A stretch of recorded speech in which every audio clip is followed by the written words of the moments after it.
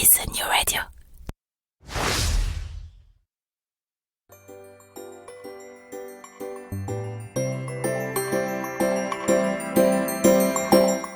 Bon matin, mon nom est Jean-Michel Lhomme et vous vous apprêtez à écouter Fais-tu frette, le podcast où les Québécois expliquent le vrai Québec à un Français fraîchement débarqué. Et croyez-moi, il y a du boulot. Vous avez aimé la saison 1, alors vous allez surkiffer la saison 2. Car cette année, en plus de continuer à explorer la société, la culture et plus globalement le quotidien de la vie au Québec, je me fais fort de vous faire aussi découvrir des personnalités d'ici. Après tout, je le dis souvent, je ne suis pas venu ici pour le Québec, je suis venu pour les Québécois. Et franchement, je suis pas déçu, vous ne le serez pas non plus, parce que célébrités ou illustres anonymes, artistes ou entrepreneurs, aidants ou activistes, il y a ici pléthore de gens absolument incroyables.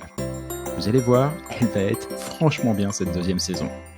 Et sinon, quoi de neuf ? Bah, pas grand chose, si ce n'est que depuis quelques mois, il y a une marmotte qui squatte sous le cabinet de mon jardin.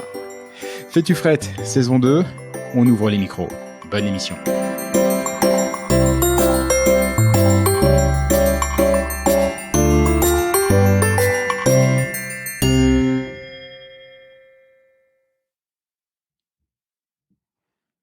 Ma cabane au Canada, ou plutôt pour ce qui nous occupe dans ce balado aujourd'hui, ça va être plutôt mon chez-moi au Québec. Parce que voyez-vous, quand on décide de partir vivre à l'étranger, on est prêt à faire, mais alors plein de concessions et avoir notre vie complètement bouleversée. Plein de concessions, plein de bouleversements, sauf qu'avoir un toit au-dessus de la tête, c'est juste non négociable. Alors du coup, eh oui, pour trouver un logement, c'est la mission prioritaire de tout nouvel arrivant dès qu'il met les pieds ici à l'aéroport. Et pour ça, il faut trouver quelqu'un qui va nous aider parce que vous allez voir qu'on comprend pas forcément tout grand-chose. J'ai donc invité aujourd'hui Gabrielle Danjou. Salut Gabrielle. Bonjour, ça va bien? Bien et toi? Ben oui, ça va bien. Alors Gabrielle, je te présente un tout petit peu pour les gens qui nous écoutent. Et tu me dis si je dis des bêtises, hein, parce que a priori je vais en dire 2-3 aujourd'hui. Tu es courtière en immobilier sur la rive sud de Montréal. Tu es l'une des courtières les plus performantes, bravo, Merci. Du réseau Remax. Et accessoirement, tu es la courtière qui a accompagné toute notre petite famille pour trouver son logement ici sur la rive sud. Merci encore, on est très heureux, c'est absolument super. Ça fut un plaisir. La toute première question que j'aimerais te poser, parce que pour quelqu'un comme moi qui vient d'une autre culture, la question va poser sur ton statut. C'est-à-dire, parmi les choses qui nous surprennent ici, qu'on ne voit que dans les films ou dans les séries, tu vois, c'est l'extrême personnification de ton métier. Je m'explique. Tu es arrivé tout à l'heure à la maison pour cet enregistrement, j'ai vu ta voiture. Il y a ta photo en énorme sur la voiture, et quand tu mets une maison en vente ou quelque chose et tout, tu vas planter un petit panneau avec ta photo, et on va en parler dans un marché immobilier particulièrement actif en ce moment. On voit des photos d'à peu près tous tes confrères un petit peu partout. Comment ça s'explique ça, que ce soit à ce point personnalisé? T'es indépendante, c'est ça? En fait, au Québec, il faut comprendre qu'on est 14 000 courtiers immobiliers. Donc, du coup, il faut se démarquer. L'image est très importante aussi, se faire voir. Moi, j'ai utilisé ma voiture. Je me suis dit, en bon québécois, si je suis pour brûler du gaz, je suis aussi bien d'en profiter. Donc, ça fait, mon Dieu, ma deuxième voiture que j'ai lettrée.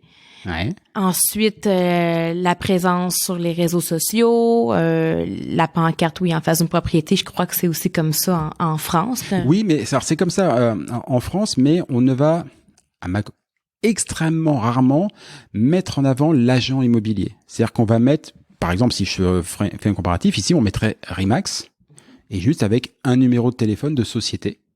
OK, d'accord. Mais on mettrait pas forcément le nom de l'agent, sa photo, son numéro de cellulaire personnel. Alors que toi, pour le coup, si on voit une maison qui nous plaît, qui visiblement, on voit un panneau avec toi dessus, si on appelle le numéro de téléphone qui est inscrit, c'est toi qui réponds. C'est pas une société, voilà, on est vraiment en direct. La relation, elle est très, très personnalisée. Là-bas, ça va plus passer par les sociétés. OK. Faut comprendre aussi de l'autre côté, ça dépend des agences pour lesquelles les courtiers travaillent. Exemple, moi, pour Remax, je dois indiquer le numéro du bureau et mon numéro de cellulaire. D'accord. J'ai pas le choix. On est tous rattachés à une agence. Par contre, nous sommes tous travailleurs autonomes. Donc, ce qui veut dire que toutes les dépenses, exemple, ma voiture, mon lettrage, ma papeterie, mes pancartes, mes cartes d'affaires, c'est tout à mes dépenses à moi. Ensuite, mensuellement, nous avons des frais.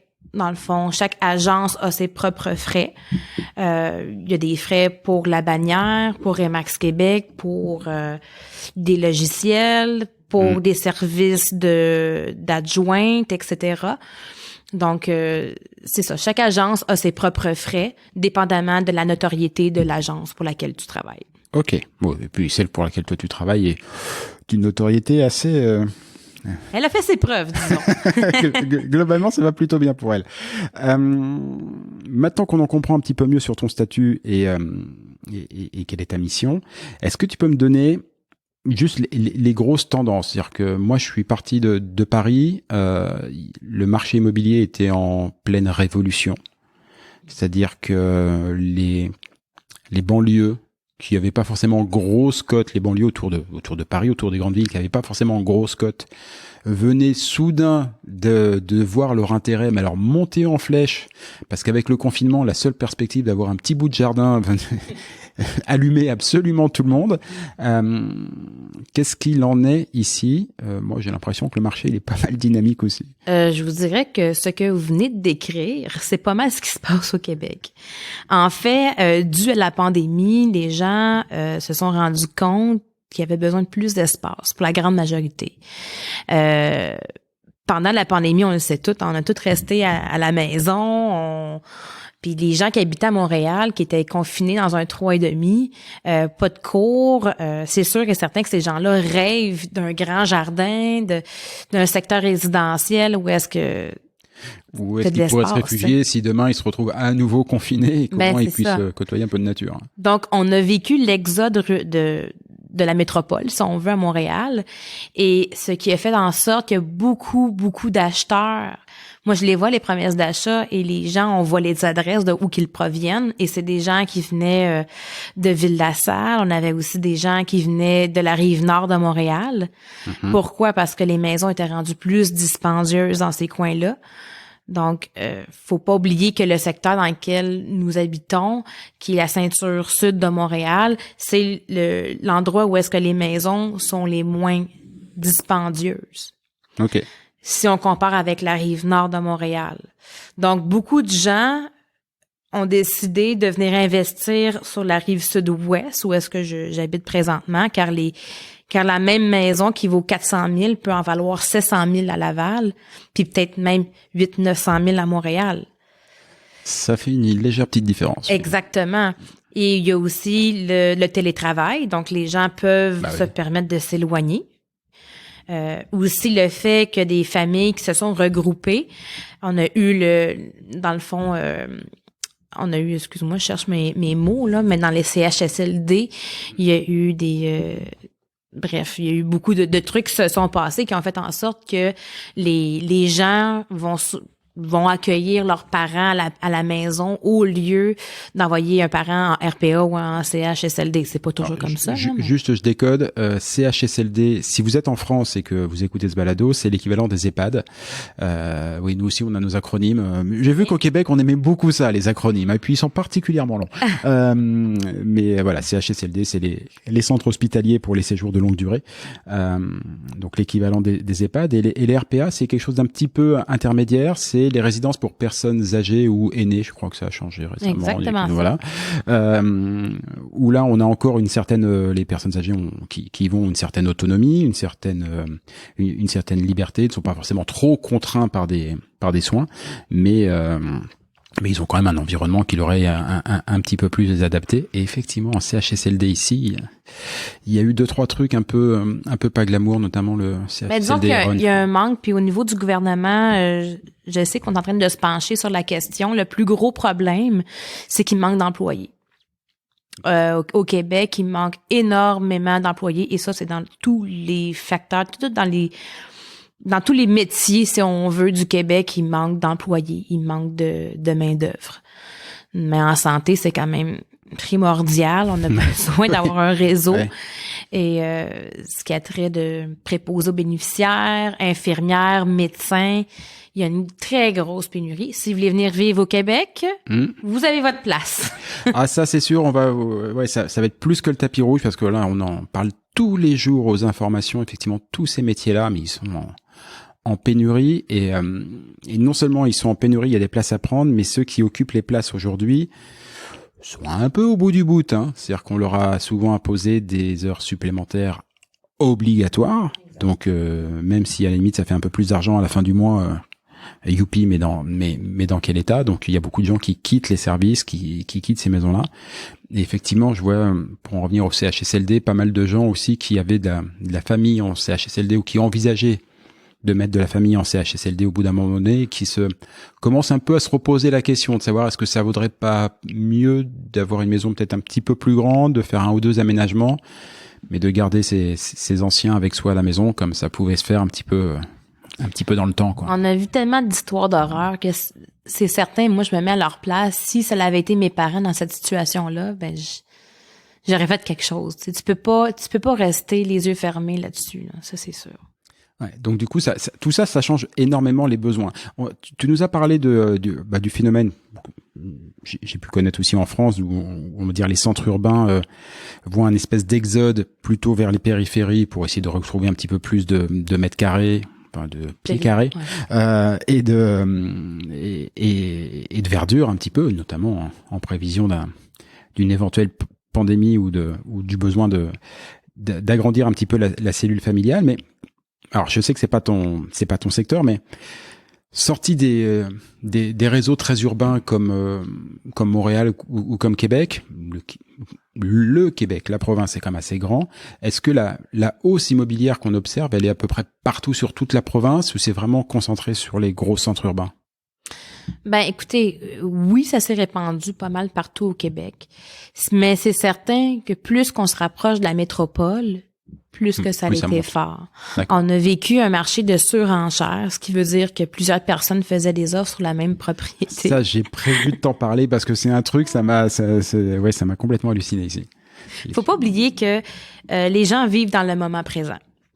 Donc, pendant la pandémie, les gens se disaient, je veux plus d'espace. Je veux une cour, je veux plus de chambres, je veux plus d'espace. Donc, il était prêt, les gens, à faire le changement. Mais les gens se disent toujours, je veux pas trop m'éloigner parce que s'il faut que je retourne au travail quand la pandémie va terminer, je veux pas trop m'éloigner. Donc, c'est sûr que les villes qui sont en périphérie de Québec, de Montréal, c'est les villes qui ont été le plus touchées par les surenchères. Encore là, les gens qui habitaient sur la rive sud, sur la rive nord, voulaient avoir un chalet. Donc, qu'est-ce qui s'est passé? C'est que les régions aussi ont eu beaucoup d'engouement. Ils ont eu beaucoup de demandes. Et il y a aussi des gens qui ont pris leur retraite plus tôt, dû à la pandémie. Oui. Des fois, les gens veulent pas faire de concessions avec leur travail. Ils disent, tant qu'à ça, il me reste 2 ans à travailler. Allez hop, je prends ma retraite. Donc, ces gens-là ont peut-être déménagé à 5, 6, 7, 8 heures d'ici.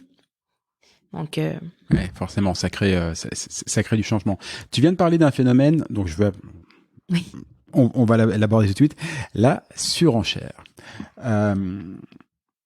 On va faire un cas d'école. Imaginons, parce que je vous le dis tout net, ici, toutes les maisons qui se sont vendues autour de chez moi depuis que je suis arrivé, se sont toutes vendues en surenchère, c'est-à-dire au-dessus du prix affiché.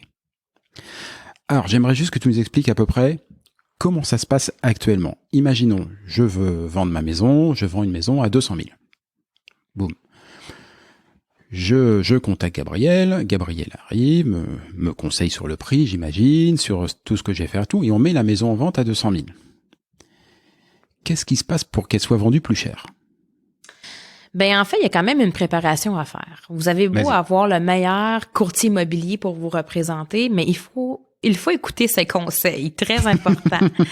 Je vois tes yeux qui s'allument quand tu dis ça. Je pense que tout le monde n'écoute pas tes conseils. Je vous dirais qu'en général, oui. Pourquoi? Parce que j'explique aux gens, je leur dis, si vous écoutez mes conseils, c'est vous que vous aidez. À quelque part, tout le monde veut tirer profit d'une vente de maison. Ça, c'est inévitable. Donc, je dis toujours aux gens qu'il y a une différence entre vivre et vendre. Quand on vit dans une maison, bon, il y a des trucs sur le comptoir, bon, il y a une brassée de lavage qui est pas pliée, bon, c'est normal, on est tous humains, on a toute une vie qui est très, très, très occupée. Mais quand vous vendez, ce que je dis aux gens, vous êtes mieux de prendre une semaine, des fois même 2 semaines pour bien vous préparer. Le meilleur truc, et c'est gratuit ce conseil-là, là, c'est juste du bon vouloir, comme on l'explique, c'est de faire un beau ménage du printemps. C'est tellement le meilleur conseil, puis les gens qui suivent ce conseil-là, souvent vont vendre plus cher. Pourquoi? Parce que les gens achètent de la confiance. Quand vous achetez un véhicule, quand est-ce que le véhicule est en bordel à l'intérieur? Jamais. Donc là, les gens vont acheter une maison, une propriété qui vaut 10, des fois même 20 fois plus qu'une valeur d'un véhicule. Pourquoi qu'elle serait pas magnifique, propre et éclatante? Il faut, ça coûte rien, ça coûte du vouloir, comme que je dis.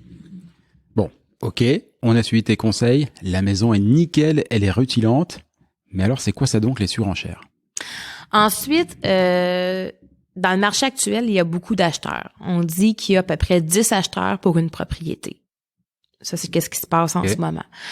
Donc, faut aussi permettre une bonne collaboration avec les courtiers collaborateurs qui représentent un acheteur, ainsi que les clients qui veulent, les acheteurs tout court. Donc, il faut faire une belle plage horaire pour permettre à tout le monde de visiter la propriété.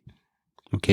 Ensuite, c'est quand même assez fréquent, on établit une journée spécifique avec les vendeurs pour présenter les offres d'achat. Parce que dans le fond, c'est sûr que le vendeur veut avoir le maximum pour sa maison. Ça, c'est logique. Ça, c'est très logique. L'acheteur veut avoir le temps de la visiter aussi. Ça aussi, c'est logique. Donc, si tu veux avoir le maximum pour ta propriété, comme je disais, une bonne préparation, bien remplir la papeterie, dans le fond, faire une bonne déclaration du vendeur pour divulguer tous les points de la maison, qu'ils soient positifs ou négatifs, il faut informer son acheteur. Ensuite, faire la plage horaire des visites. Et ensuite, regarder les offres avec le courtier et décider laquelle que les meilleures conditions, le meilleur prix et les meilleures dates pour vous. OK. Donc, si je me mets dans la position de l'acheteur éventuel, et tu me dis si je dis des bêtises, l'acheteur éventuel, donc j'ai visité une maison qui me plaît, cette maison est à 200 000. Mais toi, imaginons que tu es mon courtier, est-ce que c'est comme ça que ça se passe? À savoir, tu me dis, écoute Jean-Michel, en ce moment, tu vois, cette maison-là, tout le monde va se l'arracher parce qu'elle n'est pas forcément à son bon prix, est-ce qu'elle est belle, elle a bien été rangée, tout ça et tout, il y a des acheteurs de partout, il va y avoir des visites toute la journée. Je te conseille de faire une offre au-dessus du prix. Comment est-ce qu'on en arrive? Voilà, ce que je veux comprendre, c'est comment est-ce qu'on en arrive à une maison qui est positionnée sur un prix, à dire non, moi je vais faire une offre au-dessus du prix. Pourquoi je te pose la question et pourquoi j'insiste? Parce que j'ai acheté plusieurs maisons dans ma vie, enfin fait pas mal de transactions immobilières, et j'ai jamais vu ça de ma vie. Mais jamais. Alors c'est vrai que c'était d'autres marchés. C'est toujours l'inverse d'ailleurs. En général, nous, en France en tout cas, on a la légère tendance, les vendeurs ont une légère tendance à, on va dire, volontairement surestimer leur prix de vente pour dire, de toute façon, on va toujours me proposer un petit peu moins parce qu'on veut toujours négocier un peu, donc je vendrai à peu près au prix voulu. Mais jamais personne imagine qu'il va pouvoir vendre au-dessus du prix qu'il a demandé, quoi. Écoute, si je recule, excuse-moi, de 3 ans, mettons qu'on se met en 2018. Supposons que ta maison vaut 700 000 $. Ben, moi, ce que j'aurais fait, je l'aurais affiché à 715 000 $ pour se garder une marge de négociation de 10, 15, 20 000 $. OK, c'est exactement le même. Ça, c'est en 2018. Bon. Pandémie arrive, 2020, 2021, c'est la folie. Donc, ce qu'on fait, on la met à un prix selon les comparables, oui, effectivement. Mais après ça, c'est l'offre et la demande. J'ai 10 acheteurs. Donc, les gens visitent la propriété et à chaque fois que j'ai la confirmation d'une offre d'achat, parce qu'on doit collaborer entre nous, les courtiers. Donc, si un D'accord. courtier me dit, Gabrielle, mon client va remplir une offre d'achat, parfait. J'ai le devoir, en tant que courtier, d'informer tous les courtiers. Ah oui. Oui, pas du contenu, mais comme quoi j'ai une offre d'achat. J'en ai une deuxième. Cher courtier, nous sommes rendus à 2 offres d'achat. 3, 4, 5, bon. Et c'est ça qui peut emmener du coup les courtiers Oui. restants à se dire, OK, vu qu'il y a déjà plusieurs offres d'achat, il faut qu'on soit les mieux-disants et on va peut-être faire passer au-dessus du prix demandé. Ben, comment ça commence? C'est sûr et certain, mettons, on visite une maison ensemble, Jean-Michel, puis tu me dis, Gabrielle, combien est-ce que je devrais offrir? Moi, sachant qu'il n'y a aucune offre de déposer encore, moi, ce que je vais te proposer, offre le prix demandé. OK, normal. OK? Parce qu'il faut pas oublier aussi que le vendeur s'attend souvent à avoir des excellentes offres. OK? T'arrives pas dans un marché actuel puis tu dis, ben, je t'offre 20 000, 30 000 de moins que... Non, c'est Tu fini. sais, si la maison est récente sur le marché, tu peux pas faire ça. OK? Donc, et par après, si moi, je suis informée qu'on est rendu à 2, 3, 4 offres, à ce moment-là, je t'appelle et je te demande, veux-tu bonifier ton offre? Avant l'acceptation, vous avez le D'accord. droit de bonifier. OK. Autant au niveau conditions que prix.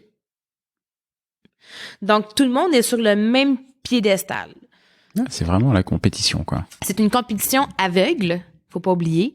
Donc, la seule personne qui est au courant des offres, c'est le courtier inscripteur et les vendeurs. Et les vendeurs, évidemment, oui. Mais d'un autre côté, pendant la pandémie, ben on reçoit les offres majoritairement par courriel. Donc, on ouvre les offres toutes en même temps, ça c'est sûr et certain. Puis moi, avec mes vendeurs, j'analyse. Des fois, c'est pas juste une question de prix. C'est une question de dire, OK, est-ce que les inclusions vous conviennent? Est-ce que les dates inscrites vous conviennent? Inclusion, c'est quoi une inclusion? Une inclusion, c'est les inclus dans la vente. D'accord. Donc, si tu veux inclure ton frigo, ben tu l'écris, puis OK. c'est ça. Ouais, donc tous ces détails-là, et les modalités de paiement aussi, j'imagine, qui peuvent influer. Modalité de paiement, est-ce que l'acheteur a été chercher une préapprobation auprès de son institution financière? Très important. Faut toujours, ça c'est tout. Le message est pour les acheteurs, c'est très important en passant. Dès le moment que vous décidez d'entamer des procédures pour acheter une propriété, il faut aller chercher une préapprobation Ouais. sur papier. Pourquoi? Faut que tu te dises que le vendeur ne te connaît pas. Et il te fait pas confiance. T'as beau faire un gros salaire ou vice-versa ou pas, le vendeur ne te connaît pas. Il sait pas c'est quoi tes habitudes de vie. Il sait pas si t'es un fan d'auto, que t'as 10 autos, que t'es encore sur prêt. C'est important d'aller chercher une préapprobation pour montrer au vendeur, regarde, ta maison vaut 700 000 et je suis éligible pour un prêt de 700 000. Ça démontre du sérieux. Puis aussi, ben, quand tu vas aller chercher une approbation pour une maison au final, tu vas avoir fait la moitié du boulot, car la banque elle a besoin de certains papiers pour t'octroyer un prêt. C'est normal. Normal. Un beau sourire ne suffit pas. Ils sont pas drôles, Non. ces banquiers. Hein. C'est pas tes amis. Super, je comprends mieux le phénomène de la surenchère qui du coup est plus un phénomène, on va dire, conjoncturel que vraiment quelque chose propre au Québec. C'est plus clair.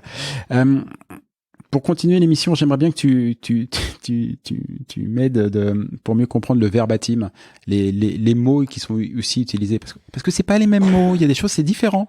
Oui.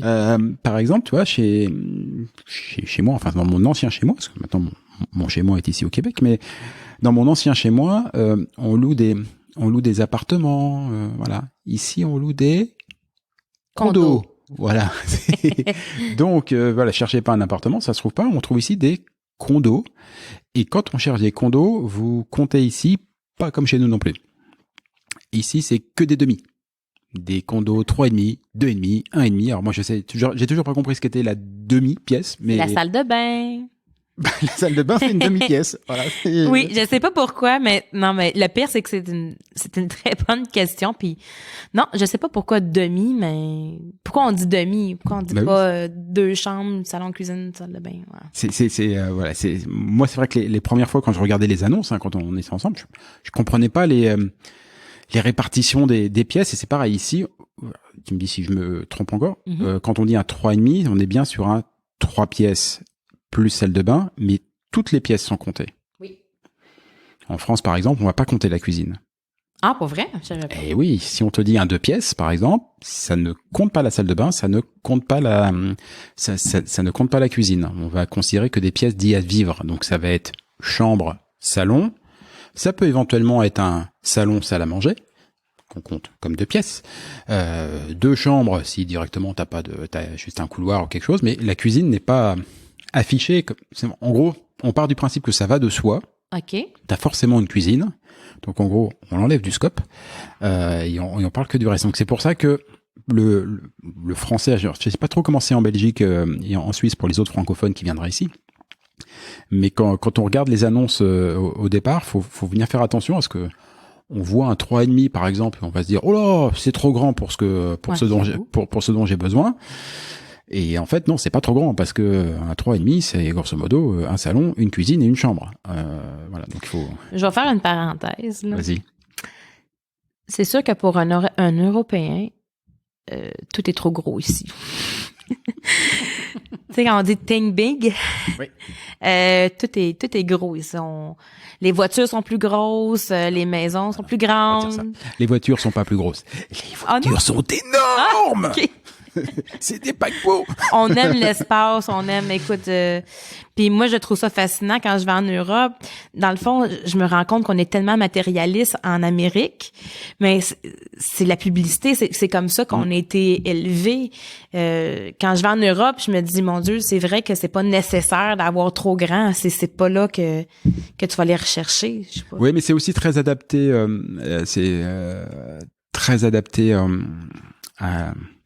à la configuration presque géographique du pays.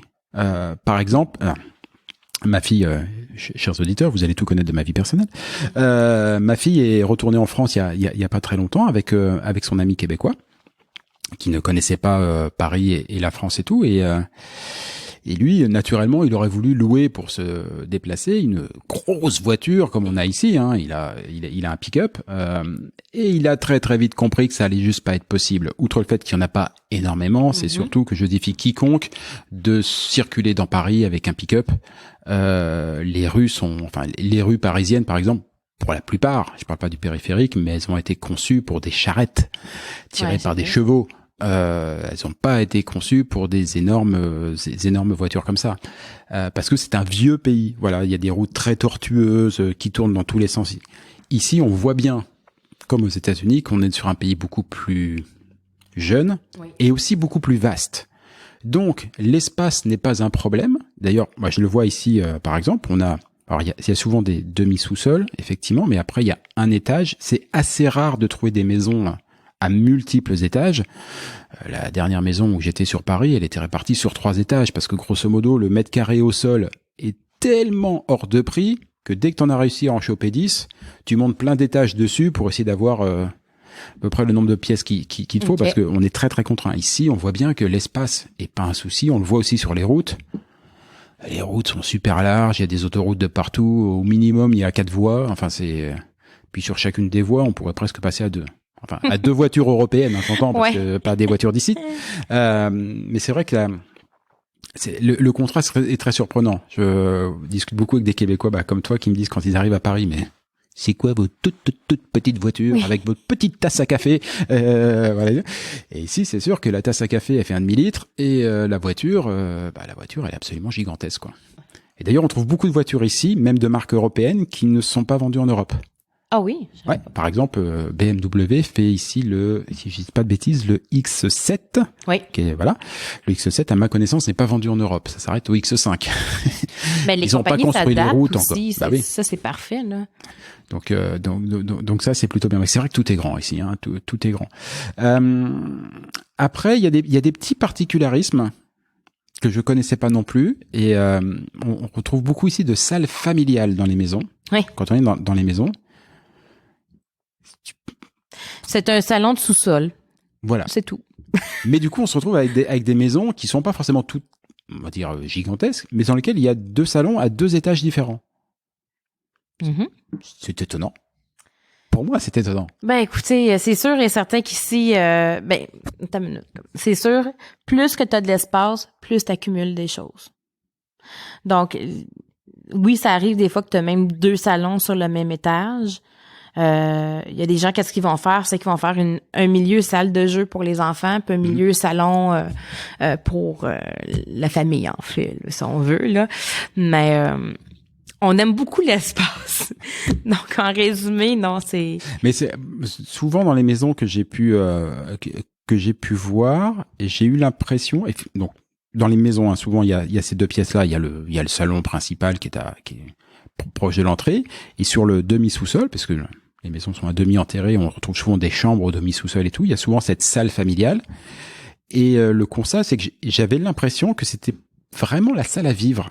C'est celle dans laquelle on retrouvait le poste de télévision, souvent celle dans laquelle on retrouvait le foyer, la cheminée, alors que le salon de rez-de-chaussée, lui, était plus un salon, j'allais dire, de réception.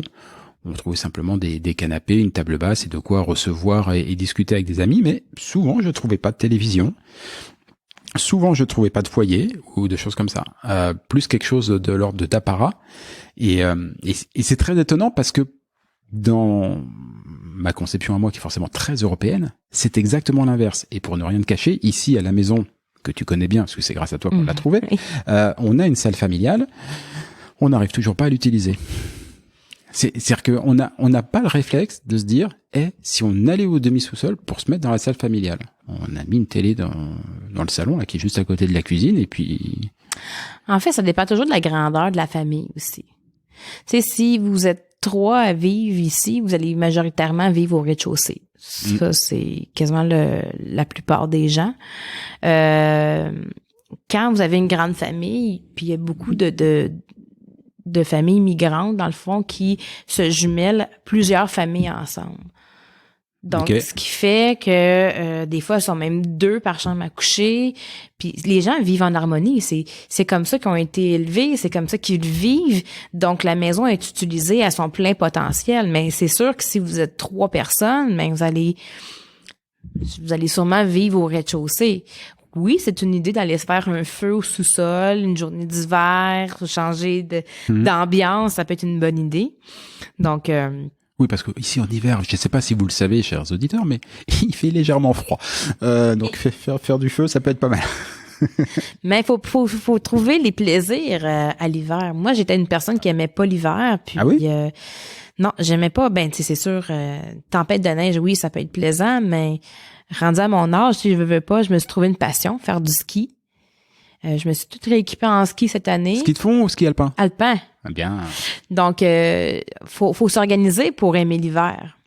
Faut se trouver des activités, aller prendre des marches, il y a plein de sentiers ici. On en a des arbres ici, à n'en plus finir.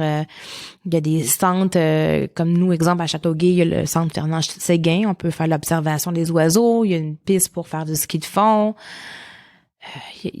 Il y a beaucoup de choses au Québec qui font en sorte que tu peux l'apprécier l'hiver. Ouais, on sort un peu du domaine de l'immobilier, mais je suis assez d'accord. Moi, l'hiver est assez est vraiment assez plaisant déjà parce que c'est un vrai hiver et pour moi qui viens de France, on a, je trouve un petit peu perdu le fil des saisons. Alors, c'est comme ça, hein, réchauffement climatique, tout ce qu'on veut imaginer, mais ici on retrouve des vraies saisons. Alors certes, l'hiver est un poil long. mais c'est un vrai hiver. Mais par contre, tous les attraits de l'hiver sont accessibles facilement. Oui. Je m'explique. Quand si on est à Paris, si on est à Bordeaux, si on est à Marseille, dans des grandes villes, dans des grands centres urbains, et qu'il devait y avoir un hiver comme ici, bah mine de rien, il faudrait 2, 3, 4, 5, 6 heures de voiture, donc toute une organisation pour pouvoir se dire, allez, je vais profiter de ce bel hiver et je vais aller skier. Moi ici, toujours sur la rive sud, j'ai envie de me dire, j'irai bien skier en fin de journée. Je pose les skis dans la voiture et 25 minutes plus tard, je suis au pied des pistes. Et je skie vraiment. Ça change tout. C'est-à-dire que c'est marrant. Venez à Montréal et vous verrez dans le centre-ville l'hiver, dès que vous vous rapprochez un tout petit peu du plateau et du Mont-Royal, vous allez voir les gens dans la rue qui sont avec leur ski alpin et qui se rendent à pied jusqu'au Mont-Royal parce que voilà, en plein centre-ville. Ils vont aller faire du. Je savais même pas que tu pouvais faire du ski. Du ski de fond, pas du ski alpin, du ski de fond. Non, excuse-moi. Je sais pas où ta piste là, mais je suis pas au courant. Alors, j'ai pas fouillé. Non, c'est du ski, c'est du ski de fond, mais on les voit et tout dans tout sur le Mont-Royal et tout ça et tout. Donc voilà. Et ça, on est en plein centre-ville. Donc beaucoup de patinoires aussi. Énormément, ouais. Patinoires extérieures, tu sais, le hockey c'est tellement populaire ici que même les villes investissent beaucoup. Des patinoires extérieures couvertes qui peuvent aussi utiliser l'emplacement pour faire des activités, des marchés, des endroits pour faire des spectacles l'été. C'est vraiment les villes focus beaucoup là-dessus. Et d'ailleurs, messieurs, dames des villes, si vous pouviez faire des petites patinoires spécifiques pour les nouveaux arrivants, ça serait top parce que moi je suis allé à la patinoire, je suis absolument nul. Enfin, c'était effroyable à quel point je tiens pas sur des patins. Et on voit n'importe quel Québécois ici, mais de tout âge, mais qui va à une vitesse, c'est comme s'ils étaient nés avec des patins aux pieds, tellement ils vont vite. Enfin, ça donne le tournis. Ça envoie. Puis après, évidemment, on voit un match de hockey, on comprend ce que c'est que tenir sur des patins. C'est pas donné à tout le monde, non? Mais il y a des jeunes qui commencent très, très jeunes. Ah ouais, je vois, mais moi, il m'épate, hein. Il m'épate et tout, mais je vois que, la petite commence à s'y mettre. Donc voilà. Revenons à l'immobilier. Il y a d'autres mots que j'aimerais bien que tu m'expliques parce que je crois que c'est la perlite. Tu nous as alerté là-dessus. Perlite, un truc comme ça.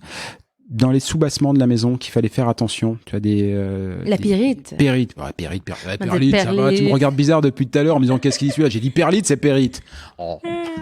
Dans le fond, c'est sûr que peu importe, dépendamment du secteur où est-ce que vous achetez une maison, il y a plusieurs facteurs à regarder. Comme vous avez acheté dans le coin de Saint-Constant. Faut toujours analyser le remblai qui se retrouve sous la dalle de béton. Ce que ça veut dire, c'est que la pyrite, c'est une sorte d'isolant qui se retrouve dans le remblai sous la dalle de béton et qui peut gonfler selon l'indice potentiel pétographique de gonflement. Donc, l'humidité, l'eau peut faire en sorte que ça gonfle si le niveau est trop élevé et ça peut affecter la structure de la propriété. Bon, faut pas s'alarmer parce que des cas de pyrite, il y en a, mais c'est pas partout. Okay, c'est pas en grosse majorité. L'importance quand vous achetez une propriété au Québec, c'est de cibler le secteur dans lequel que vous désirez acquérir une propriété. Okay? Pourquoi? Parce que chaque courtier immobilier travaille majoritairement un secteur. Ce qui fait en sorte que le courtier immobilier devient, entre guillemets, spécialiste de sa région. Vous comprenez ce que je veux dire? Très bien. Et normalement, donc de ce genre de problèmes qui peuvent être très locaux sur des matières, sur des choses comme ça. Je vous donne un exemple. Si je vends 80 maisons par année à Mercier, Châteauguay, Saint-Constant et que j'en vends 2 par année dans le coin de Terrebonne. Terrebonne, c'est au nord-est de Montréal. Donc, 1h15. Bon, ça dépend du trafic, là, mais bon. Ouais, 1h15 d'ici. C'est variable. Puis on s'entend que à 1h15 de chez moi, j'y vais tellement peu souvent. De un, c'est difficile de conseiller les écoles, les parcs, les quartiers. Je sais pas, moi, si le quartier est sécuritaire ou si c'est un quartier familial, est-ce que c'est un quartier qui s'est déjà passé quelque chose de grave ou peu importe. Et aussi, je connais pas les problèmes environnementaux. Oui, tout le monde peut s'informer, mais il y a rien de mieux que l'expérience. Ouais, du vécu. Le vécu que tu as fait sur le terrain. OK. Je comprends. Fait que c'est ça. Bon, vaut mieux s'adresser à ceux qui savent. OK. Les petites spécificités aussi ici. Ah oui, rigolons un peu. Parlons de la taxe de bienvenue. Oui. Bienvenue. Ministre, bienvenue. Alors voilà, ici, quand on achète une maison, on doit s'acquitter de ce qu'on appelle la taxe de bienvenue. Et Alors c'est marrant parce que bon, elle est déjà assez salée, hein, la taxe de bienvenue. Donc voilà. Et puis je me suis dit, ils ont de l'humour quand même parce que là, voilà, il y a une taxe à l'achat, ils appellent ça une taxe de bienvenue. C'est un peu concasse. Et en fait, rien à voir avec le mot bienvenue. Exactement, c'est ça le pire. C'est parce que c'est le ministre bienvenu. Dans le milieu des années 70, il y a un ministre qui a eu une merveilleuse idée d'exiger une taxe de bienvenue aux gens qui déménageaient d'une propriété. En fait, qui achetaient une propriété, c'est ça que je veux dire. Ça. Et ce, même si vous déménagez dans la même ville. C'est ça qui est effrayant. C'est ça qui est dingue. C'est absolument dingue. Donc, si tu déménages ici, puis tu achètes la propriété voisine, tu vas te retrouver peut-être à payer 5 000, 4 000, dépendamment du prix d'achat. Donc, très important de l'avoir provisionné avant, en tout cas de l'avoir pensé, parce que ça fait partie des coûts qu'on va devoir payer très rapidement. Il y a la maison qu'on achète, la propriété, mais il y a aussi cette taxe de bienvenue. En fait, la taxe de bienvenue, le calcul peut se faire sur Internet parce que ça dépend des braquettes. Dans le fond, de 0 à 50 000 $, il y a un frais. Après ça, et ainsi de suite. Et c'est basé sur le montant le plus cher entre l'évaluation municipale et le prix payé. Comment t'es parfaite, tu fais exactement le lien, la transition sur la question suivante, sur l'évaluation municipale. Ah boy, OK. Mais bref, les gens ont 6 mois dès le moment qu'ils reçoivent. Dans le fond, excuse-moi, je recommence. La ville envoie aux nouveaux propriétaires l'état de compte de la taxe de mutation, c'est le même qu'on appelle, dans les 6 mois suivant l'acte notarié. La publication au registre foncier. Et quand vous recevez l'état de compte, vous avez 30 jours pour acquitter en entier la facture. Sympa, bienvenue. Bienvenue. Les autres taxes, et c'est pour ça que je veux parler de l'évaluation municipale, parce qu'après, toujours si je suis dans mon optique de comparaison, ici on a des taxes municipales et des taxes scolaires qu'on s'acquitte tous les ans. Alors, première chose, même si on n'a pas d'enfants qui vont à l'école, on paye la taxe scolaire tout pareil. Ça n'a rien à voir avec le fait d'avoir des enfants scolarisés. Et la taxe municipale. Et grosso modo, ça varie selon les villes, mais c'est à peu près 1% de la valeur de votre bien tous les ans. Alors, ça a l'air de rien, mais ça veut dire qu'au bout de 10 ans, vous avez repayé en taxes l'équivalent de 10% de votre propriété, ce qui veut dire que ce sont des montants assez conséquents. En tout cas, moi, pour comparer par rapport à ce que je pouvais payer en France en taxes foncières, ce qu'on appelle taxes foncières quand on est propriétaire, et taxes d'habitation quand on habite simplement, ce qui veut dire que quand on est propriétaire et qu'on habite son bien, on paye les deux. Mine de rien, c'est quand même pas mal plus cher. Pas mal plus cher ici, et tout ceci se base sur une évaluation municipale, et j'ai découvert ça dans toutes les notes que tu nous avais présentées pour choisir les maisons. Il y avait les prix des maisons qui étaient demandés par les vendeurs, mais il y avait l'évaluation municipale. Ici, toutes les maisons, tous les biens ont une évaluation municipale. Oui, effectivement. En fait, on appelle ça un rôle triennal. La ville mandate une firme d'évaluation pour venir évaluer les propriétés de la ville. En fait, pour faire une histoire courte, la ville va, mettons, si vous avez un secteur de 1000 propriétés, l'évaluateur va aller voir en général peut-être une centaine de maisons. J'y vais à peu près, là. Et il va faire une statistique pour émettre un montant dans le secteur. C'est ça, chaque propriété a sa valeur municipale. C'est par rapport au terrain et au bâtiment. Ça, c'est inévitable. Et à chaque 3 ans, ce montant-là est réévalué par une firme d'évaluation. OK. Il y a aussi un truc, et tu me dis là aussi si je me trompe, mais dès qu'on va faire la moindre intervention, a priori, sur la maison, mais vraiment la moindre, il faut demander un permis à la ville, parce que ça leur permet de aussi, entre autres, de déjà toucher un peu d'argent quand on demande un permis, parce que c'est payant, pas grand-chose, mais c'est payant, et éventuellement de réévaluer la taxe municipale si la maison a été valorisée pour quelque chose. Alors, ça s'entend si on fait toujours dans mon optique de comparaison, ça s'entend pour des pour des travaux majeurs. Par exemple, je décide de rajouter un étage à la maison. Je rajoute 100 mètres carrés de maison. Je comprends qu'elle vaut beaucoup plus cher et que la taxe municipale soit associée. Mais, exemple qui m'a surpris, dans la maison où on a une piscine à l'extérieur, qui est une piscine hors sol, et on a dû la remplacer. On l'a remplacée par sa petite sœur jumelle, même taille, même dimension, tout pareil, il y a rien de neuf. Mais pour ça, alors que c'est juste, ça change rien. On remplace juste quelque chose qui ne marche plus, parce qu'en l'occurrence, elle était rouillée, par quelque chose qui n'est pas rouillé, qui est neuf. Et ben, il faut demander une autorisation municipale. Et moi, et effectivement, dès que je vois des petites choses, je vais sur le site internet, je me rends compte qu'il y a énormément d'autorisations municipales à demander pour justement que cette évaluation municipale soit toujours, excuse-moi pour l'anglicisme, up to date. Ouais.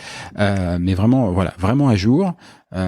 Et c'est aussi des choses, pour moi, surprenantes, cette présence réglementaire assez forte, au final, parce que je connaissais les permis de construire ou les permis de modification, mais la réalité, c'est que ça s'adaptait qu'à des choses assez... Ben, Jean-Michel, c'est sûr et certain que c'est pas juste pour aller chercher de l'argent. Souvent aussi, c'est pour s'assurer que les réglementations sont respectées. Dans ton cas, c'était une piscine. Ils sont très sévères sur les piscines parce qu'il y a eu énormément de noyades. Ouais, j'ai vu ça. Et c'est un événement qui doit être tellement malheureux, on va se le dire, là. Et ils veulent s'assurer que tout soit respecté. La hauteur des clôtures alentour de la piscine, que tout soit sécurisé. Exemple, la porte du balcon qui donne sur la piscine, qu'elle se verrouille automatiquement, qu'elle se ferme, qu'elle se clenche automatiquement. Il y a eu trop d'accidents. Donc, c'est sûr que sur ces points-là, ils sont à cheval sur les règlements et les demandes de permis. C'est sûr et certain. C'est à la fois assez... intrusif et en même temps assez rassurant au final, parce que c'est vrai que, notamment pour quelqu'un comme moi qui arrive et pour ceux qui nous écoutent et qui feraient le même parcours, il y a effectivement beaucoup de réglementations qu'on ne connaît pas forcément, qu'on ne peut pas deviner, qui pour certaines sont propres à la culture, d'autres simplement propres aussi à l'environnement. On est dans un environnement différent, notamment régi par la météo, et c'est aussi assez rassurant de pouvoir s'appuyer sur des gens qui eux la maîtrisent et qui te valident tout ça. Il y a tellement de règlements, tu sais, on parlait de piscine, puis tu sais, les piscines creusées. Anciennement, imaginez-vous, il y avait des droits acquis, des piscines qui dataient je pense que c'était du 30 octobre, avant 30 octobre 2010. Vous étiez pas obligé de clôturer la piscine creusée si elle avait été creusée avant cette date-là. Imaginez-vous. Aujourd'hui, quand tu t'achètes une piscine creusée, il oblige de mettre une clôture à une certaine hauteur en plus. Oui, ça se comprend. Et là, ils ont aboli ce règlement-là. Ils ont dit tout le monde, d'ici 2023, devront mettre une clôture autour d'une piscine creusée. Et vous voulez mon avis? Moi, je pense que c'est une bonne chose. Parce que comment tu peux mettre un droit acquis sur de la sécurité? Oui, enfin, il n'y a pas de logique. C'est soit à la limite, t'estimes que c'est l'affaire de chacun et voilà. Mais si t'estimes qu'il est important qu'en termes de sécurité, il y ait un environnement sécuritaire autour de la piscine, le fait qu'elle date d'avant 2010 ou d'après 2010 ne la rend pas plus ou moins sécuritaire. Donc, dans les deux cas, c'est pareil. Oui, je te comprends. Je vois la maman qui s'inquiète pour les enfants. Mais vraiment, la piscine et c'est vrai que t'as raison, hein, parce que cette année, aux informations ici, on en a beaucoup parlé et ça ressemblait à une petite hécatombe quand même, effectivement. On en avait beaucoup parlé et étonnamment d'ailleurs pas que des jeunes enfants, aussi des adultes, mais qui se baignent seuls, sans personne à côté et qui parce que trop de soleil, parce qu'il a fait très chaud et très beau. Oui. Voilà, trop de soleil, une insolation, hop, un malaise et pop, il se noie. Enfin, oui, c'est... Donc c'est bien effectivement qu'il y ait ces petites choses là. Revenons sur des choses un poil plus fun. Dans les particularismes aussi. Ah oui, il y a un truc qui m'a surpris, je te l'avais pas dit. Oui. Alors maintenant je sais. Hydro-Québec. Oui. Moi j'étais persuadé que c'était le montant de la facture d'eau. Et ça s'appelle Hydro-Québec. Hydro-Québec, pour moi, hydro, c'est de l'eau. Donc, je me suis dit, c'est l'eau. Je me suis dit, oh, c'est pas mal quand même comme facture d'eau et tout. Et en fait, non. Bon, alors, si vous écoutez le balado, on en a souvent parlé d'Hydro-Québec parce que c'est une fierté nationale ici. Donc, vous devez le savoir maintenant. Mais sinon, sachez que c'est en fait l'hydroélectricité. Voilà, c'est un monopole au Québec. Donc, si vous voulez de l'électricité, il va falloir passer par Hydro-Québec. Effectivement. Et voilà. Et ça n'a rien à voir. Enfin, si, ça a tout à voir avec l'eau, mais rien à voir avec l'eau à la maison. Et par contre, bonne surprise, l'eau à la maison est inclus dans les taxes municipales. Ce qui explique que tout le monde ait des piscines. À mon avis. En fait, il y a certaines villes au Québec qui ont un compte séparé pour les taxes d'eau. Puis il y a des comptes, il y a des villes, excuse-moi, qui l'incluent dans le compte de taxes. Alors moi c'est inclus, mais je pensais que c'était pareil, toi, pour tout le Québec. Non, c'est pas pareil que c'était un partout. truc provincial. Il y a des gens ils ont un compteur d'eau. Donc, selon la consommation d'eau, tu reçois un compte de taxes pour la consommation que tu as utilisée. Mais moi, exemple, dans ma ville, c'est sûr que si tu as une piscine, tu as un montant, je crois que c'est à peu près 50 $ de plus par année. Mm-hmm. Mais en même temps, tu utilises 60 000 litres d'eau pour remplir une piscine, donc... Ouais, puis régulièrement, faut en remettre un petit peu et tout, voilà, donc... Ça envoie pas mal au niveau de la dépense. Mais c'est vrai que toi, par exemple, moi, j'ai été très surpris dès qu'on s'est intéressé aux maisons ici, en me disant, mais c'est pas possible, mais dès qu'il y a une maison, il y a une piscine. Mais il y a... De plus en plus aussi, avec la pandémie, les gens se sont gâtés. Les gens ont investi beaucoup dans leur propriété parce que, ils pouvaient plus voyager. 2, parce que, écoute, les gens qui se sont rendus compte qu'ils étaient bien chez eux, on dit on va investir dans notre chez nous. Les gens veulent être autonomes aussi. Les gens ils ont été tellement privés avec la pandémie qu'ils se disent, regardez, je vais me gâter cette année, là. On va mettre un beau pavé uni avec une belle piscine, un beau gazebo, un spa. Toutes les compagnies de piscines ont été surchargées. Je crois que au mois de juin, quelqu'un qui voulait avoir une piscine pour 2021, c'est impossible. Alors oui, ça m'étonne pas parce que moi, effectivement, pour remplacer la nôtre qui était défectueuse, je m'y suis pris. Je crois en octobre, j'ai dû la réserver en octobre, fin octobre 2020 pour qu'elle soit installée pour 2021 pour cet été-là. Donc elle était installée au mois de mai, mais fallait pas s'y prendre plus tard parce qu'effectivement tout le monde en a voulu. Mais même avant, j'avais vraiment remarqué qu'il y en avait toujours par rapport à la France, qu'il y en avait vraiment beaucoup. Et je me suis dit après, le fait que entre guillemets l'eau soit si peu chère puisque inclut une légère surtaxe et tout, pouvait être un élément d'explication parce que sinon si on doit simplement faire tourner un compteur d'eau, enfin moi je sais que c'est sûr que ça a une incidence. C'est certain parce que je me suis déjà fait dire par un client qui venait pas du Québec, il me dit je comprends pas pourquoi vous avez des piscines au Québec, votre été dure en moyenne 2-3 mois par année. Mais il a raison, c'est vrai que c'est très surprenant au début. C'est vrai. C'est vrai, sauf que écoute, c'est vrai que l'eau, ça coûte rien ici. Puis... Les plus grandes réserves d'eau du monde sont au Québec, donc forcément ça aide un peu.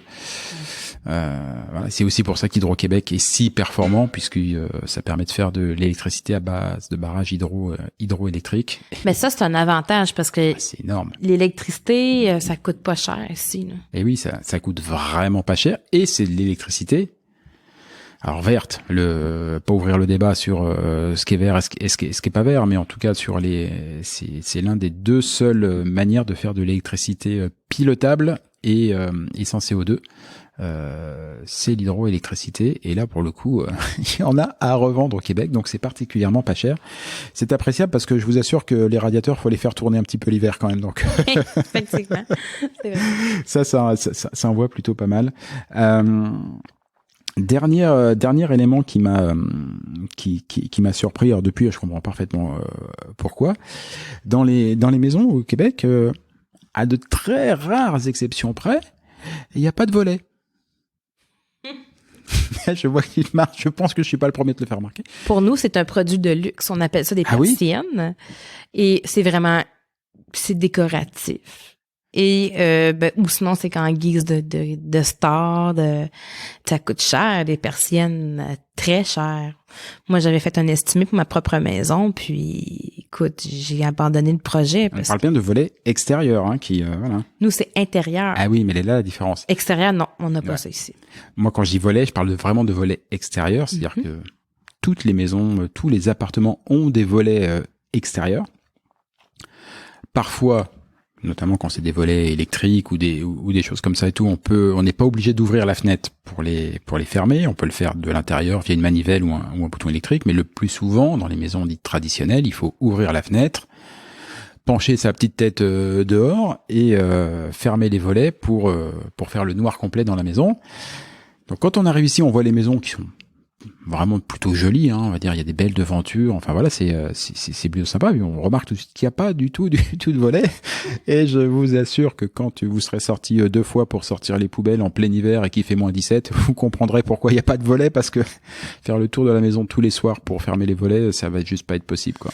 Moi, je vais vous dire que probablement que les plus grandes qualités de fenêtres sont au Québec, parce qu'avec le froid qu'on a l'hiver, la fenêtre qu'on va...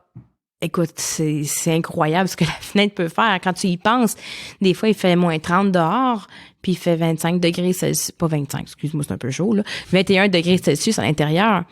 Et la fenêtre doit être éco-énergétique, elle doit, écoutez... Et d'ailleurs, vous appelez pas ça une fenêtre?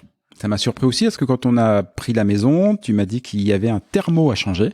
Oui. Et je connaissais pas le terme. Pour moi, un thermo, c'est, je sais pas, la vitre. Voilà. Et voilà, la vitre, c'est un thermo, mais ça montre bien effectivement l'importance qu'il y a sur le côté isolation, quoi. Oui. Et c'est vrai qu'elles sont très performantes, hein, ceci dit, parce que il y a quand même un écart de température qui est quand même monumental.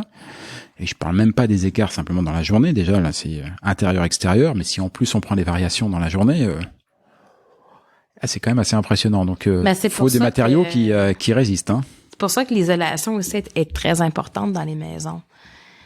Écoutez, comment je pourrais dire, on est loin des maisons en pierre. Il y en a ici des vieilles maisons en pierre, mais c'est pas monnaie courante, là, on s'entend.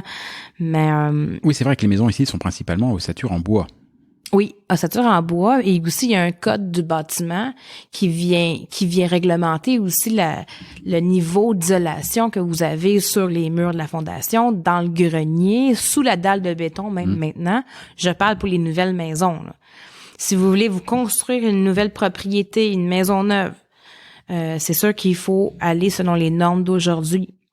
Normal. Donc, mais c'est important de les suivre parce que par la suite, c'est le propriétaire qui va en bénéficier de sauver les coûts énergétiques. Oui, puis sans compter que si on suit pas les normes, pour le jour où on veut revendre, ça peut être un petit peu compliqué. Ben, tu sais, moi, personnellement, quand un client va acheter une propriété, je vais jeter un œil au compte d'Hydro-Québec. Parce que il y a une différence entre payer, mettons, 2400 $ par année versus 7000. C'est rare qu'on voit ça, mais oui. Faut que l'acheteur soit conscient dans son budget, là. Ouais, c'est sûr que l'électricité est pas chère, mais enfin, quand même, quoi. 7000 $, ça mais pique un peu. Je vous dirais qu'en général, au Québec, dépendamment de l'habitation, mettons une maison unifamiliale, là, standard, je vous dirais, c'est peut-être entre 2400 $ puis 3000 dans ces eaux-là. Là, ça y va avec le pied carré, là, c'est... Oui, normal. C'est sûr, là. Normal. On a fait un joli tour. Du coup, moi, j'aimerais bien... Tu nous as donné pas mal de petits conseils et tout, mais allez, si t'avais... demain, t'as une nouvelle petite famille française, pourquoi pas, mais qui arrive et qui vient te voir et qui te dit, voilà, Gabriel, nous on arrive, faut qu'on se loge. Comment qu'on s'y prend, on va où, on fait quoi, les 3 petits conseils ou peut-être les questions que tu leur poserais ou que tu leur demanderais de se poser pour qu'ils choisissent, qu'ils fassent les bons choix et peut-être qu'ils s'installent là où il faut, enfin je sais pas. Qu'est-ce que tu leur dirais? Tout d'abord, moi je leur demanderais s'ils ont déjà trouvé un emploi. Première des choses. Parce que si vous me dites, Gabriel, j'ai trouvé un emploi et je dois m'y rendre à chaque jour, ben on va s'arranger pour trouver quelque chose qui est qui est proche. Deuxième des choses, aller chercher une préautorisation au sein d'une banque pour voir votre capacité d'emprunt. Maintenant, avec la capacité d'emprunt, on va pouvoir chercher les maisons avec les critères premiers que vous avez. Si, exemple, vous me dites, moi, Gabrielle, je vais être dans une ville où est-ce qu'il y a un train, parce qu'ici, le train, il n'y en a pas partout. Ça, oui, je les vous transports dis, en commun, ça fera l'objet d'une autre émission, mais effectivement, les transports en commun, c'est, voilà. C'est pas aussi évolué, puis on a hâte que ça avance, ça va venir. Il y a du taf. Je regarde aussi, je vous donne un exemple. Les écoles francophones, il y a pas de problème, mais les écoles anglophones au Québec, c'est pas toutes les villes qui ont des écoles anglophones. Donc, si j'ai une famille qui me dit, moi, mes enfants vont rester à l'école anglophone ou ils vont à l'université en anglais, mais il y a plusieurs critères qui vont faire en sorte que je vais aller sélectionner une ville plus qu'une autre. Puis aussi, il y a les activités. Si vous me dites, OK, mes enfants, je sais pas, moi, je pense pas qu'ils vont jouer au hockey s'ils arrivent. Ben, ils peuvent jouer au hockey. Il y en a plein d'autres qui jouent au hockey. Ben oui. Bref, c'est d'y aller vraiment avec les critères premiers des gens. Puis si vous me dites, écoutez, Gabrielle, je veux une maison de 2 étages avec 3 chambres sur le même étage, avec un terrain d'une telle grandeur, ben si c'est impossible, si ça se trouve pas cette maison-là dans le quartier que vous désirez, c'est à moi de vous le dire aussi. Tu sais, c'est pas moi qui va inventer une propriété à vendre avec vos besoins exacts.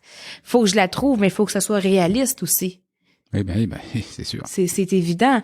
Fait que il y a une grosse discussion à faire, puis je l'ai fait souvent avec des gens qui viennent de l'extérieur, puis justement, c'est bien parce que je peux leur expliquer la mentalité, la vision des gens d'ici, qu'est-ce qui pourrait être bon avec eux. C'est déjà assez difficile, je crois, puis tu vas le confirmer, de plonger dans un univers que tu connais pas.